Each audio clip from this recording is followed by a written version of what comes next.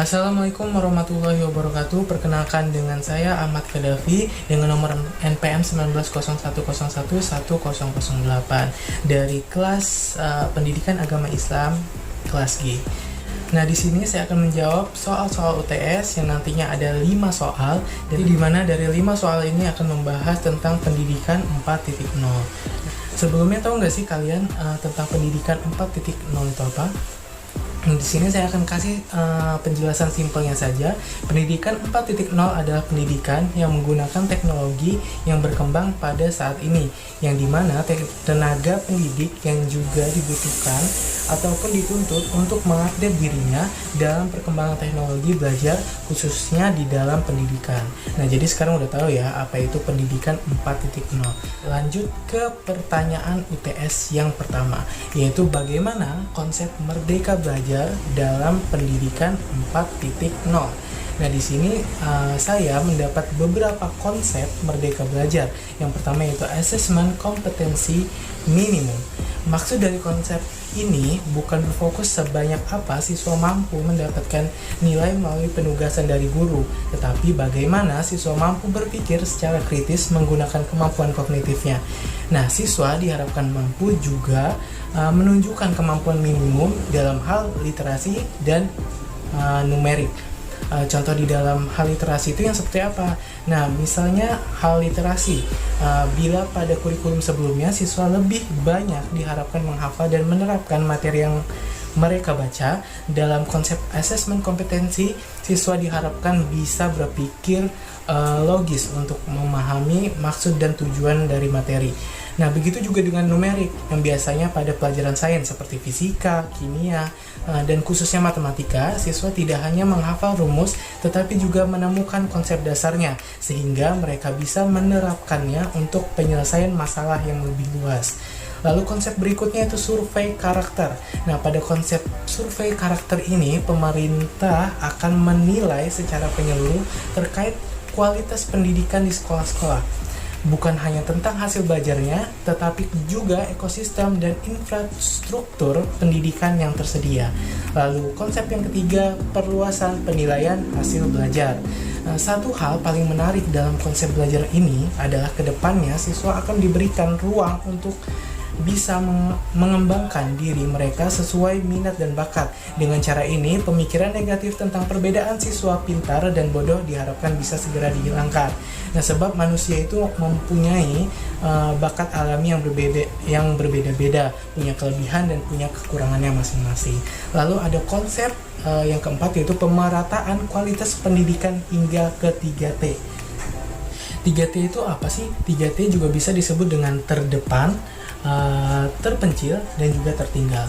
Nah, konsepnya di sini adalah merdeka belajar juga dapat diartikan mendapat sebuah keadilan terhadap akses pendidikan yang setara bagi seluruh siswa di Indonesia. Oleh karena itu, pemerintah membuat kebijakan seperti yang sudah kita rasakan saat ini, yaitu pemberian kuota khusus bagi siswa yang tinggal di daerah-daerah 3T tersebut. Oke, setelah pertanyaan pertama, lanjut ke pertanyaan yang kedua, yaitu apa rancangan perencanaan pembelajaran Al-Quran Hadis dan pembelajarannya yang Anda miliki dalam menyambut era pendidikan 4.0 ini. Oke, di sini ada perencanaan yang menurut saya bisa diterapkan di era sekarang, khususnya pada mata pelajaran Al-Quran Hadis. Seperti yang kita lihat, banyak dari guru-guru yang sudah menggunakan RPP digital dalam melaksanakan pembelajaran pada saat ini, yang dimana RPP digital itu merupakan salah satu wujud pengembangan diri guru dalam menghadapi pembelajaran abad 21 ini dan revolusi pendidikan 4.0. Guru kreatif dan inovatif bisa membuat perangkat pembelajaran dalam format digital. RPP digital pada prinsipnya serupa dengan RPP manual. Ia juga menjabarkan kompetensi dasar, indikator pencapaian kompetensi, dan langkah-langkah pembelajaran. Namun RPP digital lebih powerful karena diformat dalam bentuk elektronik atau e-book. Mengapa sih RPP digital itu dikatakan powerful? Karena ini disebabkan karena mudahnya direvisi, biaya pembuatan yang juga murah, menarik, dan dapat dilengkapi dengan berbagai media pembelajaran yang menarik. Dalam RPP Digital juga bisa disisipkan video-video pembelajaran, soal-soal online, dan tautan atau link materi pembelajaran yang dapat diakses langsung dari RPP tersebut.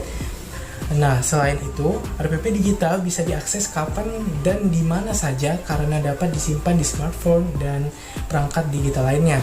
Jadi, RPP Digital merupakan perangkat pembelajaran berupa paket komplit kegiatan pembelajaran. RPP Digital juga didukung open learning dan dapat dimiliki oleh peserta didik karena mudah dibagikan atau di-share, misalnya melalui media sosial seperti Facebook, WhatsApp, Telegram, Instagram, dan sejenisnya. Lanjut ke pertanyaan yang ketiga. Bagaimana strategi pembelajaran Al-Quran, hadis, dan pembelajarannya dalam menghadapi tantangan era pendidikan 4.0 ini? Nah, seperti yang kita ketahui bahwa virus corona tidak hanya mewabah di Indonesia saja. Begitu juga dengan belajar secara online-nya itu juga diterapkan di berbagai negara. Bisa saya ambil contoh seperti pelaksanaan pembelajaran di Australia yang menggunakan sistem blended learning yang menggabungkan pengajaran tatap muka dengan pengajaran daring. Dalam pelaksanaan blended learning ini ada beberapa hal yang harus diperhatikan oleh pengajar, yaitu aturan main terkait protokol kesehatan, bahasa yang digunakan ketika terjadi pelanggaran protokol kesehatan, social inclusion bagi siswa yang pernah terdampak COVID, mekanisme diskusi grup, mekanisme absensi, penggunaan fasilitas bersama, isu penguasaan teknologi yang kurang, dan higienitis fasilitas.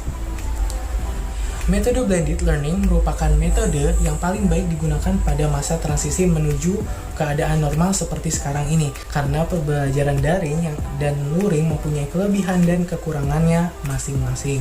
Pembelajaran luring secara total tentu bukan pilihan yang tepat di saat pandemi, namun metode daring juga mempunyai kekurangan dalam engagement dan pendalaman materi antara pengajar dan siswa.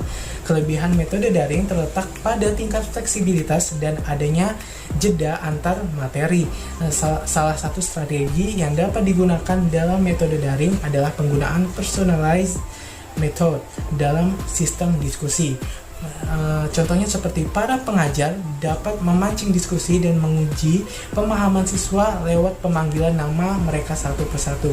Menurut saya, sesi diskusi menjadi sesuatu yang harus dilaksanakan dalam metode pembelajaran daring ini supaya pembelajaran bisa jauh lebih efektif.